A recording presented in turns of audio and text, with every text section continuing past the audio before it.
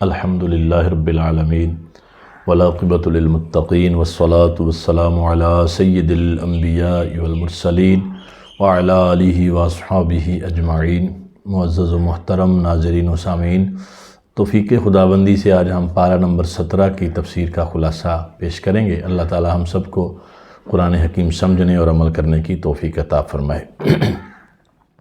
پارہ نمبر 17 کا آغاز سورۃ الانبیاء سے ہے اور یہ سورہ مکہ شریف میں نازل ہوئی۔ اس میں 112 آیات اور 7 رکوع ہیں۔ اس کے آغاز میں اللہ پاک نے قیامت کی طرف اشارہ کرتے ہوئے فرمایا کہ لوگوں کا حساب قریب ہے اور حالت یہ ہے کہ وہ غفلت میں پڑے ہوئے ہیں، اور فرمایا جب بھی ان کے پاس کوئی بات اللہ کی طرف سے کوئی نصیحت آتی ہے تو اسے سنتے نہیں ہیں، مگر یہ کہ کھیلتے کودتے ایسے عدم توجہ کے ساتھ، تو ان کے دل جو ہیں وہ کھیل میں پڑے ہوئے ہیں۔ اور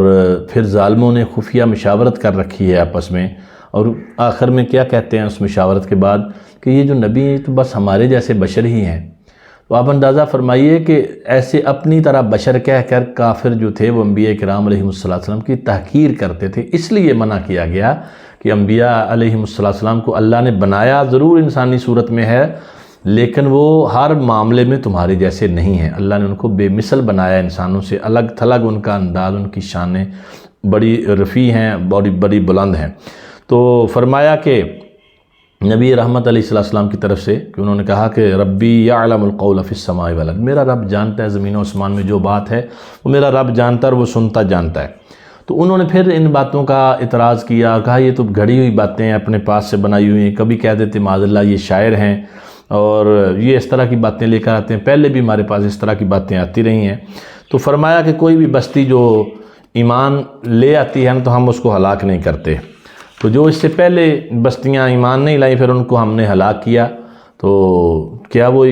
تو یہ جو لوگ ہیں جن کے پاس یہ سب کچھ آ رہا ہے، کیا یہ ایمان لائیں گے تو اللہ کی ہلاکت سے، اس کے عذاب سے بچ جائیں گے، ورنہ پھر ان کا وہی انجام ہوگا جو پہلوں کا ہوا۔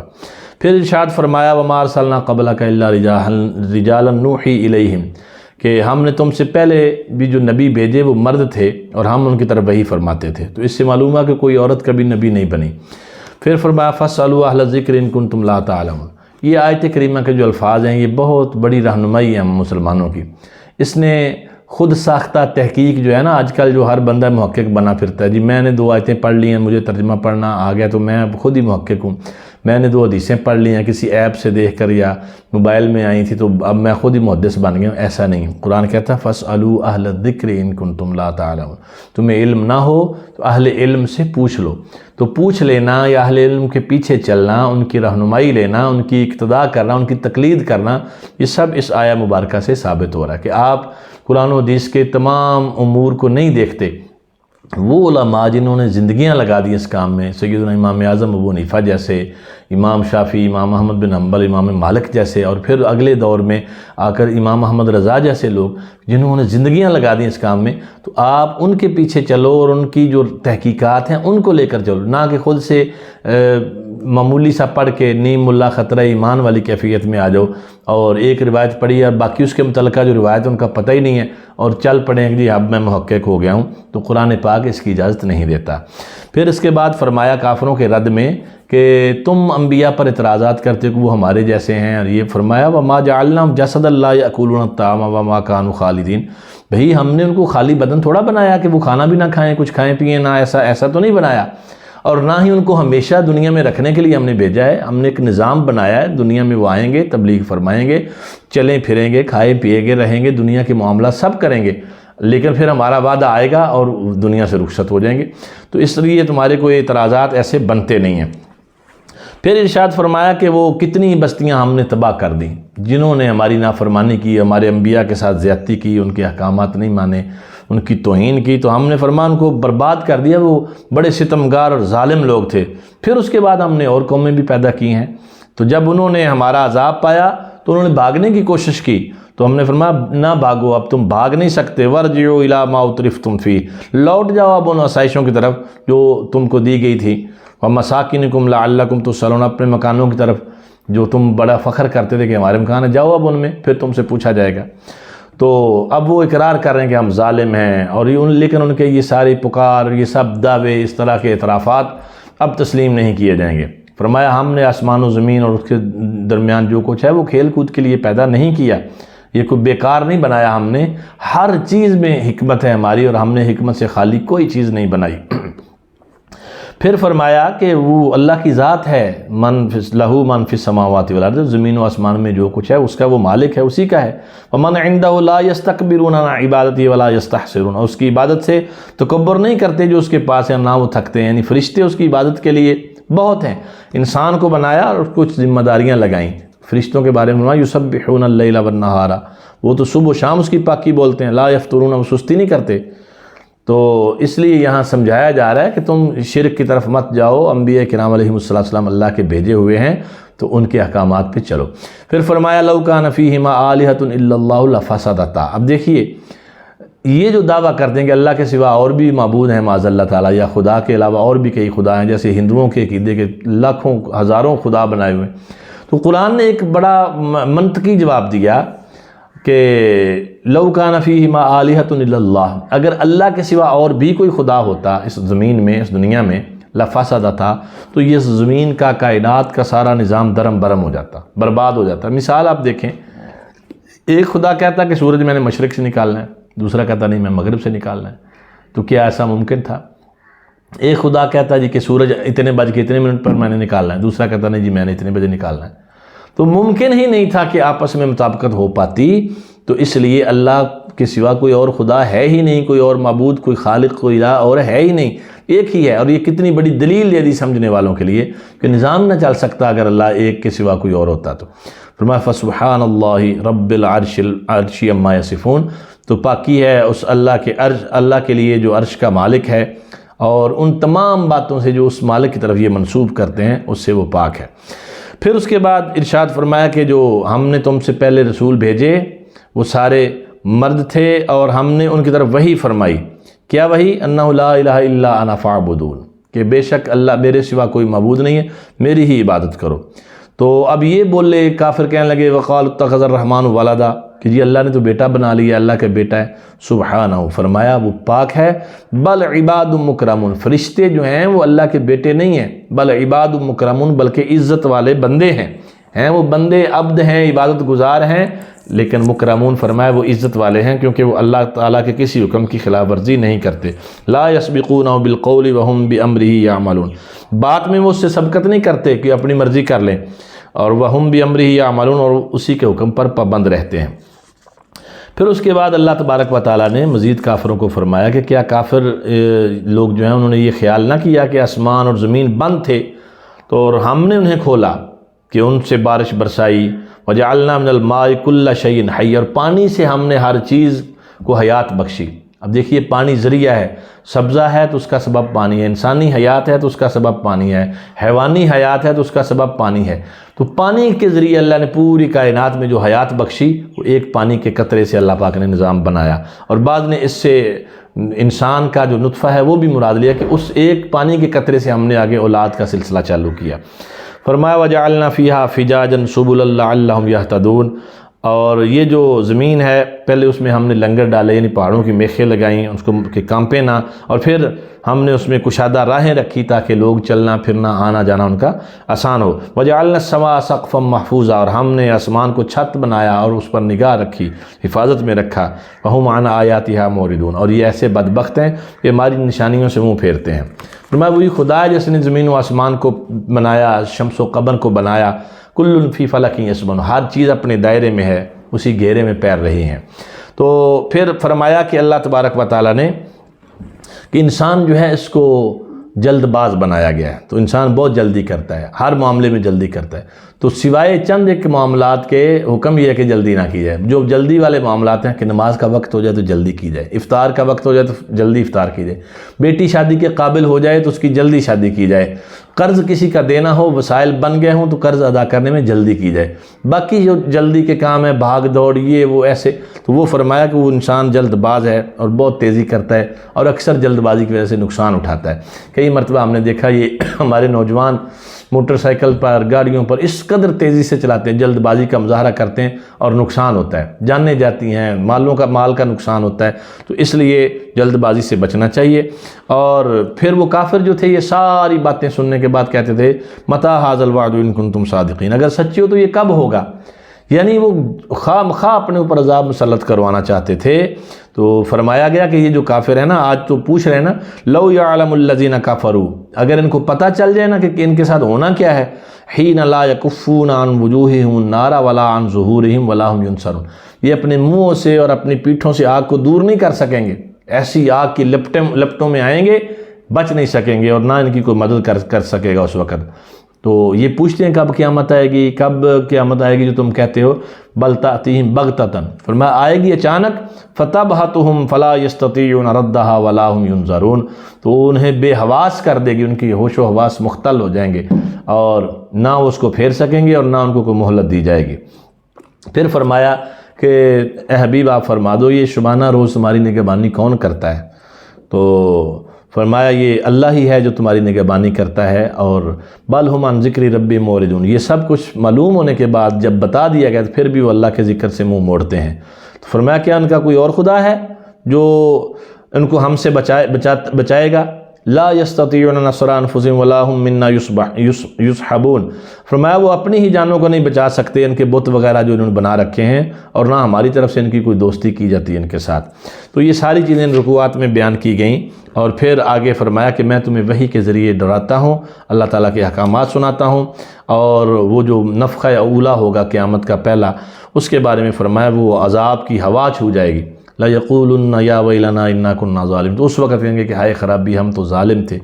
فرمایا ونادوا الموازین القسط لیوم القیامۃ فلا تظلم نفس شیئا، ہم عدل کی ترازو رکھیں گے، اس وقت نیکی بدی تولی جائے گی، اور قیامت کے دن کسی جان پر ظلم نہ ہوگا، کہ ذرہ برابر بھی کسی پر ظلم نہ ہوگا۔ اور پھر فرمایا کہ کسی نے ایک رائی کے دانے کے برابر بھی کوئی عمل کیا تو ہم اس کو بھی لے آئیں، وَكَفَى بِنَا حَاسِبِينَ، اور ہم بہترین حساب لینے والے، ہم سے بہتر حساب لینے والا کون ہے؟ پھر حضرت موسیٰ کا تذکرہ فرمایا اور ہارون کا فرمایا، ان کو ہم نے فرقان اور اجالا دیا، یعنی فیصلہ کرنے والا اور روشنی کرنے والا، اور ذکر دیا پرہیزگاروں کے لیے، ان کو نصیحت دی۔ فرمایا وہ جو اللہ سے ڈرتے ہیں بن دیکھے ہی، اور قیامت کا اندیشہ جن کو لگا رہتا ہے، فرمایا یہ ذکر ہے، مبارک ہے جو ہم نے اتارا، تو اے کافروں کہتا ہوں اس کا انکار کرتے ہو۔ پھر اس کے بعد حضرت سیدنا ابراہیم خلیل اللہ علیہ السلام کا واقعہ شروع ہو جاتا ہے کہ انہوں نے جو وہ بت پرستی والے جو معاملات تھے اس کی مذمت فرمائی تھی، اور ان کو سمجھانے کی کوشش کی، کہا کہ یہ جو تم کر رہے ہو ایسا کچھ نہیں ہے، بر ربکم رب السماوات والارض الذی فطرہن، فرمایا وہی رب ہے تمہارا بھی میرا بھی، کہ جس نے یہ زمین و آسمان اور ہر چیز کو پیدا کیا، وَأَنَا عَلَىٰ ذَلِكُم مِّنَ الشَّاهِدِينَ، میں اس پر گواہ ہوں اللہ پاک کی طرف سے۔ تو پھر ساتھ بتا دیا کہ تاللہ لأکیدن اصنامکم بعد ان تولوا مدبرین، جب تم پیٹ پھیر کر جاؤ گے تو پھر تمہارے بتوں کے ساتھ میں نپٹوں گا۔ تو پھر وہی ہوا، وہ گئے تو آپ نے ان کو ریزہ ریزہ کر دیا۔ واپس آئے تو انہوں نے پوچھا من فعل ھذا بآلہتنا انہ لمن الظالمین، کون ہے جس نے ہمارے بتوں کے ساتھ یہ سب کیا؟ وہ بڑا ظالم ہے۔ تو کہنے والوں نے کہا جی وہ نوجوان تھا جس کا نام ابراہیم ہے، وہ کہتا تھا کہ میں ایسا کروں گا۔ کہا جی لے آؤ، گواہی کے طور پر لے آئے۔ اب تبلیغ کا موقع تھا، اب یہ سمجھیے اتنا بڑا جو کام کیا، جان کو خطرے میں ڈالا، مقصد کیا تھا؟ اللہ کا حکم پہنچانا۔ تو جب انہوں نے کہا کہ انت فعلت ھذا بآلہتنا یا ابراہیم، آپ نے کیا ہے ہمارے بتوں کے ساتھ یہ سب کچھ؟ قال بل فعلہ کبیرہم، فرمایا ان کا بڑا، اس سے پوچھو اس نے کیا ہوگا، اس نے کیا ہوگا۔ ھذا فاسألوہم ان کانوا ینطقون، تو پوچھو اس سے، اگر یہ جواب دے سکتا ہے نا تو پوچھ لو اس سے۔ تو اب ان کو کیسی دلیل دی کہ اب تو بول نہیں سکتا نا، یہ کیسے پوچھیں گے؟ فرجعوا الی انفسہم فقالوا انکم انتم الظالمون، تو اپنے جی کی طرف پلٹے اور بولے بے شک تم ہی ستمگار ہو، تم ہی ظالم ہو، تم نے ظلم کیا۔ ثم نکسوا علی رؤوسہم، اب یہاں سے ان کی تذلیل کا آغاز ہو گیا، اپنے سروں کے بل اوندے ہو گئے، کہنے لگے لقد علمت ما هؤلاء ينطقون، ابراہیم تمہیں خوب پتہ یہ بولتے نہیں ہیں۔ اب یہاں سے آپ کو تبلیغ کا موقع مل گیا۔ فرمایا افتعبدون من دون اللہ ما لا ينفعكم شيء ولا يضركم، ان کو پوجتے ہو جو تمہیں نہ کوئی فائدہ دے سکتے ہیں نہ تمہیں کوئی نقصان دے سکتے ہیں، افسوس ہے تم پر اور تمہارے ان معبودوں پر جن کی تم پوجا کرتے ہو۔ تو اب بجائے اس کے کہ وہ ابراہیم خلیل اللہ علیہ السلام کے دلائل کا یا تو دلائل سے جواب دیتے، دلائل ان کے پاس تھے نہیں، چاہیے تھا کہ ان کی حق بات کو مان لیتے، اور وہ ہٹ درمی اور ضد پہ اتر آئے۔ قالوا حرقوه وانصروا آلهتكم ان کنتم فاعلین، کہنے جلا دو ان کو اگر اپنے معبودوں کی مدد کرنی۔ تو ایسے حالات بن گئے کہ حق بات تسلیم کرنے کی بجائے حق کہنے والے کے در پہ ہو گئے۔ تو اس لیے یہاں ان کا ذکر کیا گیا، اور پھر اللہ نے اپنا وعدہ سچ کر دکھایا جب ان کو آگ میں ڈال دیا۔ ایک کلمہ قلنا یا نار کونی بردا وسلاما علی ابراہیم، ہم نے کہا ہے آگ ٹھنڈی اور سلامتی والی ہو جا میرے ابراہیم پر، تو آگ نے کچھ بھی نہیں بگاڑا۔ اللہ نے اپنے نبی کو کافروں کے سامنے موجود آگ کے اندر زندہ بھی رکھا، صحت و سلامتی اور عافیت کے ساتھ رکھا، اور کافروں کی سب تدبیریں جو تھی وہ ناکام بنا دی۔ پھر آگے حضرت لوط علیہ السلام کا ذکر کیا، پھر حضرت اسحاق اور یعقوب کا تذکرہ کیا، اور پھر اس کے بعد فرمایا کہ جو لوط تھے ان کو ہم نے علم و حکمت عطا فرمایا، اور اس بستی سے نجات بخشی جو گندے کام کرتے تھے، اس بستی سے ان کو نکال دیا، اور ان کو ہم نے اپنی رحمت میں داخل کیا کیونکہ وہ ہمارے صالحین بندوں میں سے ہیں۔ پھر حضرت نوح علیہ السلام کا تذکرہ ہے کہ انہوں نے جب دعا مانگی اس مشکل حالات میں، تو ہم نے ان کی بھی مدد کی اور ان کو کشتی سمیت نجات عطا فرمائی، اور ان کے پیچھے جو رہ گئے تھے ان کو ہم نے غرق کر دیا۔ پھر حضرت داؤد و سلیمان علیہ السلام کا تذکرہ فرمایا گیا کہ جب ان کے پاس فیصلے آتے تھے تو فرمایا وَكُنَّا لِحُكْمِهِمْ شَاهِدِينَ، ہم ان کے فیصلوں کے وقت وہاں موجود تھے، تو ہم نے سلیمان علیہ السلام کو وہ فیصلہ سمجھا دیا سارا معاملہ۔ وَكُلًّا آتَيْنَا حُكْمًا وَعِلْمًا، اور دونوں کو ہم نے حکومت بھی عطا کی اور علم بھی عطا کیا۔ اور حضرت داؤد کا تذکرہ کیا کہ ان کے ساتھ ہم نے پہاڑ اور پرندے مسخر کر دیے، تسبیحات کرتے تھے، وہ ان کا حکم مانتے تھے اور یہ ہمارے کام تھے۔ اور فرمایا کہ پھر سلیمان کے لیے ہم نے ہوا کو مسخر کیا، ان کے حکم سے چلتی تھی، جہاں چاہتے تھے جاتے، اور شیطانوں میں سے جو اس کے لیے غوطہ لگاتے اور اس کے سوا اور کام کرتے، اور ہم انہیں روکے ہوئے تھے، یعنی ان کے حکم کی پابندی شیطان بھی کرتے تھے حالانکہ وہ اہل ایمان نہیں تھے۔ پھر حضرت ایوب علیہ السلام کا تذکرہ کیا کہ ان کو جب تکلیف پہنچی تو انہوں نے کہا انت ارحم الراحمین، یا اللہ تو بہت رحم فرمانے والا ہے، سب مہر والوں سے بڑھ کر مہربانی کرنے والا ہے۔ تو فاستجبنا لہ، فرمایا ہم نے ان کی بھی قبول کی۔ اور یہاں یہ بات یاد رہے کہ کئی مفسرین نے بات لکھی بھی اور بعض لوگ یہ بیان بھی کرتے ہیں کہ حضرت ایوب علیہ السلام کے جسم میں معاذ اللہ تعالیٰ کوئی کیڑے پڑ گئے اور یہ وہ اس طرح، تو یہ باتیں درست نہیں ہیں۔ اللہ کا نبی کو کبھی کوئی ایسی تکلیف نہیں آتی جس سے لوگ گھن کریں۔ آزمائش ضرور آئی تھی تو اس آزمائش سے گزر گئے، اللہ نے ان کو نجات عطا فرما دی، لیکن ایسا کچھ نہیں ہے۔ پھر فرمایا حضرت اسماعیل و ادریس اور ذوالکفل ان کا ذکر کیا گیا، کل من الصابرین، یہ سب صبر کرنے والے اللہ کے نبی تھے اور اللہ کے محبوب و مقبول بندے تھے کہ ہم نے ان کو اپنی رحمت میں داخل کیا۔ پھر حضرت یونس بن متیٰ کا ذکر کیا، ذوالنون جن کو کہا جاتا ہے، کہ وہ وہاں سے غضبناک ہو کر نکلے تھے اپنی قوم کے معاملات کو دیکھ کر، اور یہ خیال کرتے تھے کہ اللہ مجھ پر تنگی نہیں فرمائے گا۔ تو پھر فنادیٰ فی الظلمات، پھر انہوں نے اندھیریوں میں ہمیں پکارا، اللہ الہ الا انت سبحانک انی کنت من الظالمین، کہ کوئی معبود نہیں سوا تیرے، پاکی ہے تجھے، بے شک مجھ سے بے جا ہو گیا، جو نہیں ہونا چاہیے تھا وہ مجھ سے ہوا۔ تو قرآن کہتا ہے فاستجبنا لہ، ہم نے ان کی پکار بھی سن لی، ونجیناہ من الغم، اور ان کو بھی اس اندھیرے سے، اس مشکل سے نجات بخشی، اس غم سے نکال دیا۔ تو معلوم یہ ہوا کہ یہاں پر عامیانہ لفظ بول کر اللہ کے نبی کے لیے یہ انتہائی نامناسب بات ہے۔ وہ اللہ کا اور ان کے انبیاء کا معاملہ تھا جو ہوا، اور انہوں نے اللہ کے حضور اپنے گڑ گڑا کر عاجزی پیش کی، اور اللہ نے ان کو سارے جو معاملات تھے ان میں سے کلیئر کر دیا اور نجات عطا فرما دی۔ اور یہ ساری چیزیں بیان کر کے فرمایا وَكَذَلِكَ نُنْجِي الْمُؤْمِنِينَ، ایسے ہی ہم مومنوں کو نجات دیں گے۔ تو اللہ جب فرما رہا کہ ہم نجات دیں گے، تو کئی لوگ خواہ مخواہ اللہ کی رحمت اور حضور کی شفاعت کے منکر ہو گئے اور کہنے لگے نہیں جی نہیں، یعنی ان کو شوق ہے کہ ہم نے عذاب سے گزر کر ہی جانا ہے۔ تو بھائی جن کو ہوگا، جو اللہ کی رحمت سے نا امید ہیں، جو حضور کی شفاعت سے نا امید ہیں، ان کو رہنے دیں، وہ کریں اپنا۔ اور جو ایمان والے ہیں، نہ وہ اللہ کی رحمت سے کبھی نا امید ہو سکتا ہے، نہ اس کے پیارے محبوب کی شفاعت سے نا امید ہو سکتا ہے۔ پھر آگے فرمایا کہ حضرت زکریا علیہ السلام کا تذکرہ کیا، انہوں نے اللہ کی بارگاہ میں عرض کی رب لا تذرنی فردا وانت خیر الوارثین، کہ اے میرے رب مجھے اکیلا نہ چھوڑنا، تو سب سے بہتر وارث ہے۔ اور یہ بے اولاد لوگوں کے لیے تحفہ ہے کہ جو بے اولاد ہیں ان کو یہ چاہیے کہ کثرت سے پڑھیں تو اللہ ان کو صاحب اولاد کر دے گا۔ پھر اس کے بعد آگے ارشاد فرمایا جو اچھے عمل کرے اور مومن ہو فلا کفران علیہ، اس کی کوشش کی بے قدری نہیں کی جائے گی۔ جو ایمان والا ہو اور اچھے کام کی کوشش کرے، اس کی کوشش کبھی رائگاں نہیں جائے گی۔ فرمایا وحرام علی قریۃ اہلکناھا انہم لا یرجعون، اور حرام ہے اس بستی پر جسے ہم نے ہلاک کر دیا کہ پھر وہ لوٹ کر آئیں، ایسا نہیں ہو سکتا۔ حتیٰ اذا فتحت یاجوج و ماجوج، اور یہاں پھر یاجوج اور ماجوج کا ذکر آ گیا، جب وہ کھول دیے جائیں گے اور ہر بلندی سے ڈھلکتے ہوئے آئیں گے اور ہر چیز جو آگے آئے گی ان کو کھا پی جائیں گے، تو وہ قیامت کے قریب جا کے یہ ساری چیزیں ہوں گی۔ پھر بت پرستوں کو یہاں ڈانٹا گیا کہ جن کو تم پوجتے ہو نا، انکم وما تعبدون من دون اللہ، اللہ کے سوا جن کو تم پوجتے ہو اور خود تم آپ، حسب جہنم، سب جہنم کا ایندھن ہو، وہ بت بھی جہنم میں جلیں گے، انتم لہا واردون، تمہیں اسی میں جانا ہے۔ تو اس لیے یہاں بتا دیا گیا کہ پھر تمہارا جو ٹھکانہ ہے وہ بڑا برا ہوگا، اس میں ہمیشہ رہو گے، لہم فیہا زفیر،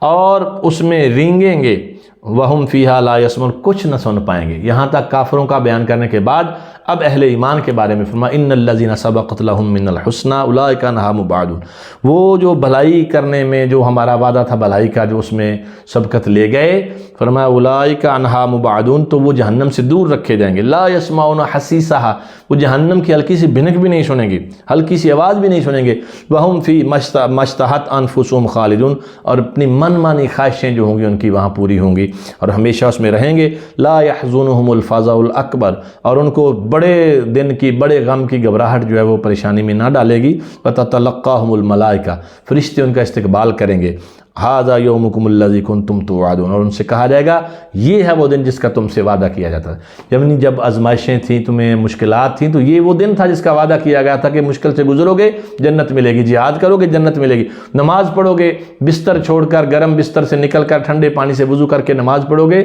جنت ملے گی، گرمیوں کے طویل دنوں کے روزے رکھو گے، بھوک پیاس برداشت کرو گے تو جنت ملے گی۔ یہ جو وعدے تھے اب وہ پورے ہو رہے ہیں۔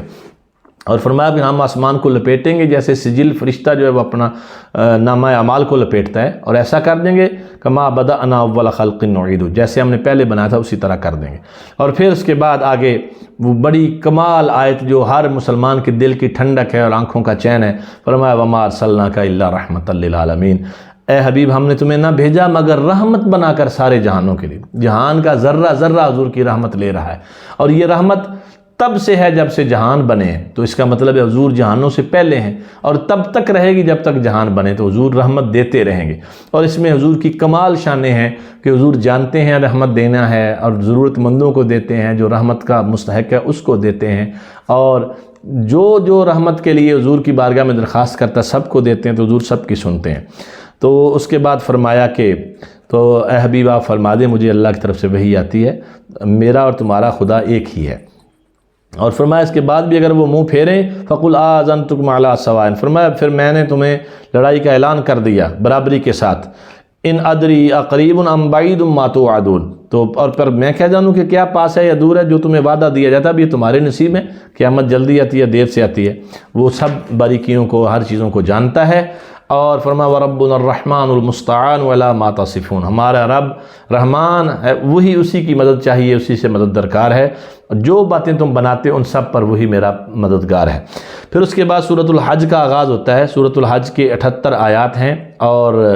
اس میں 10 رکوع ہیں، اور یہ مدینہ طیبہ میں نازل ہوئی۔ اس میں ابتدا میں فرمایا لوگوں اپنے رب سے ڈرو، بے شک قیامت کا زلزلہ بڑی سخت چیز ہے، اور اس کی ہولناکیاں یہاں بیان کی کہ کیسا ہوگا کہ دودھ پلانے والی مائیں جو کسی حالت میں بچے کو نہیں چھوڑتی وہاں وہ بھی بھول جائیں گی، اور حاملہ عورتوں کے حمل گر جائیں گے، اور لوگ ایسے ہوں گے جیسے نشئی ہوتے ہیں حالانکہ انہوں نے نشہ نہیں کیا ہوگا۔ فرمایا وَلَٰكِنَّ عَذَابَ اللَّهِ شَدِيدٌ، اللہ کا عذاب بڑا سخت ہے۔ اور پھر اس کے بعد ارشاد فرمایا کہ اے لوگو ان کنتم فی ریب من البعث، اگر تمہیں اس میں کوئی شک ہے نا کہ ہم دوبارہ زندہ کریں گے یا اٹھائیں گے یا نہیں اٹھائیں گے، تو یاد رکھو فإنا خلقناکم من تراب، ہم نے تمہیں مٹی سے بنایا، ثم من نطفۃ، پھر پانی کی بوند سے، ثم من علقۃ، پھر خون کا لوتھڑا بنایا، اس کی پھٹک بنائی، پھر اس کے بعد ثم من مضغۃ، پھر بوٹی کی صورت میں بنایا، مخلقۃ وغیر مخلقہ، نقشہ بنی اور بغیر نقشہ، فرمایا لِنُبَيِّنَ لَكُمْ، تاکہ ہم تم پر ظاہر کر دیں، وَنُقِرُّ فِي الْأَرْحَامِ مَا نَشَاءُ إِلَىٰ أَجَلٍ مُّسَمًّى، اور ہم جب تک چاہتے ہیں ماؤں کے پیٹوں میں ان کو رکھتے ہیں، ثُمَّ نُخْرِجُكُمْ طِفْلًا، پھر بچے کی صورت میں اس کو پیدا کرتے ہیں، ثُمَّ لِتَبْلُغُوا أَشُدَّكُمْ، پھر جب تم جوانی کو پہنچ جاتے ہو، وَمِنْكُم مَّن يُتَوَفَّىٰ، اور کوئی جوانی میں فوت ہو جاتا ہے، وَمِنْكُم مَّن يُرَدُّ إِلَىٰ أَرْذَلِ الْعُمُرِ، اور کوئی وہ ہے جو پھر ڈلتی عمر تک بڑھاپے پر تک جاتا ہے، لِكَيْ لَا يَعْلَمَ مِن بَعْدِ عِلْمٍ شَيْئًا، کہ جاننے کے بعد کچھ نہ جانے، یعنی یہ سارا کچھ پروسیس بتا دیا کہ جب پیدا کیا تھا تب بھی بے بس تھا، ساری جوانی گزار کر پھر اس کو بے بس کر دیا بڑھاپے میں جا کر۔ تو جو رب یہ سارے پروسیس سے گزار سکتا ہے وہ موت دینے کے بعد زندہ بھی کر سکتا ہے۔ پھر اس کے بعد ارشاد فرمایا کہ وَأَنَّ السَّاعَةَ آتِيَةٌ لَا رَيْبَ فِيهَا، قیامت میں شک نہ کرنا، قیامت آنے والی ہے اور عنقریب آنے والی ہے، اس میں کوئی شک نہیں ہے۔ وَأَنَّ اللَّهَ يَبْعَثُ مَن فِي الْقُبُورِ، تو جو قبروں میں ہیں اللہ ان کو بھی قبروں سے اٹھائے گا۔ پھر اس کے بعد ارشاد فرمایا کہ یہ جو اللہ کے سوا بتوں کو اور دیگر کو معبود بنا کر پوجتے ہیں نا، تو فرمایا وہ ہیں ما لا ينفعہ، پیچھے فرمایا ما لا یضرہ، نہ اس کو نقصان دے سکتے ہیں، وما لا ینفع، نہ کوئی نفع دے سکتے ہیں، ذالک هو الضلال البعید، اور یہ دور کی گمراہی میں پڑے ہیں۔ پھر اللہ پاک نے زمین و آسمان، سورج، چاند، ستارے، پہاڑ، ان سب کا اپنے حضور سجدہ کرنے کا ذکر فرمایا، اور پھر فرمایا جو کافر ہیں نا، جو جھگڑا کرتے ہیں اور دوسری طرف ایمان والے ہیں، تو کافروں کے لیے فرمایا ان کا عذاب کا عالم یہ ہوگا فالذین کفروا قطعت لهم ثیاب من نار، وہ جو کافر ہوں ان کے لیے آگ کے کانٹے اور کپڑے ہوں گے جو آگ سے بنے ہوئے، یصب من فوقہم رؤوس الحمیم، رؤوسہم الحمیم، فرمایا ان کے سروں پر کھولتا ہوا پانی ڈالا جائے گا۔ حضرت ابن عباس رضی اللہ تعالیٰ عنہ فرماتے ہیں اس کا ایک قطرہ اگر پہاڑوں پر گرا دیا ہے تو ساری دنیا کے پہاڑ پگھل جائیں، تو وہ اس وقت ڈالا جائے گا، جب نکلنے کی کوشش کریں گے اس عذاب سے تو نکلنے نہیں دیا جائے گا۔ اس کے برعکس اہل ایمان کے لیے فرمایا گیا ان اللہ یدخل الذین آمنوا وعملوا الصالحات، بے شک اللہ داخل کرے گا ان کو جو ایمان لائے اور اچھے کام کیے، جنات تجری من تحتها الانہار یحلون فیہا من اساور من ذہب ولؤلؤا، فرمایا کہ ان کو جنت میں جن کے نیچے نہریں بہتی ہیں وہاں رکھیں گے اور پہنائے جائیں گے سونے کے، اور کنگن پہنائے جائیں گے اور موتیوں کے کنگن پہنائے جائیں گے، وَلِبَاسُهُمْ فِيهَا حریر، ان کی پوشاکیں ریشم کی ہوں گی۔ تو یہ اہل ایمان کے لیے نعمتیں بیان کی گئیں۔ پھر حضرت ابراہیم علیہ السلام کا اور بیت اللہ کا ذکر کیا گیا کہ جو عام لوگوں میں حج کی ندا کریں گے، اور یاتو کا رجالوں علی کل ضامر، اور وہ تیرے پاس حاضر ہوں گے پیدل اور اونٹنیوں پر، اور اس طرح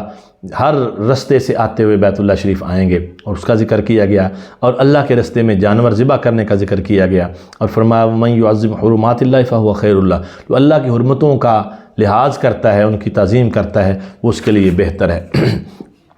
پھر اللہ تبارک و تعالیٰ نے ارشاد فرمایا کہ وہ جو اہل ایمان ہیں، نیک لوگ ہیں، جب اللہ کا ذکر کیا جاتا ہے تو ان کے دل ڈر جاتے ہیں، اور جو تکلیف پہنچتی ہے اس پر صبر کرتے ہیں اور نماز قائم کرتے ہیں اور ہمارے دیے ہوئے میں سے خرچ کرتے ہیں۔ پھر ارشاد فرمایا لن ینال اللہ لحومها ولا دماؤها، یہ جو قربانی تم کرتے ہو نا، اللہ کو اس کا خون اور اس کی کھال، چمڑا، گوشت نہیں پہنچتا، ولکن ینالہ التقوی منکم، تمہارا تقوی اور پرہیزگاری اس تک جاتی ہے۔ تو معلوم یہ ہوا کہ اللہ کے راہ میں جو چیزیں خیرات کرتے ہیں اس میں نیت تمہاری اچھی ہو، اخلاص ہو، تو وہ کام قبول ہوتا ہے۔ جو جانور ذبح کیا یہ اللہ کے پاس نہیں جاتا، اس کا خون، گوشت وغیرہ، یہ ارشاد فرمایا تمہارے لیے ہے،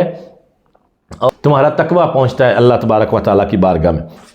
پھر اس کے بعد اللہ تبارک و تعالیٰ نے فرمایا کہ جن کو ہم نے زمین میں جگہ دی، اور وہ لوگ تھے جنہوں نے نماز قائم کی، زکوٰۃ ادا کی، اچھی باتوں کا حکم دیا، برائی سے منع کیا، تو ان کے تذکرے کیے گئے۔ پھر دوبارہ ایک مرتبہ حضرت نوح علیہ السلام کی قوم، عاد، سمود، قوم ابراہیم و قوم لوط کا ذکر کیا گیا، اور اصحاب مدین کا ذکر کیا گیا جو انبیاء کو جھٹلاتے تھے، اور پھر ان پر ہمارے عذاب آئے۔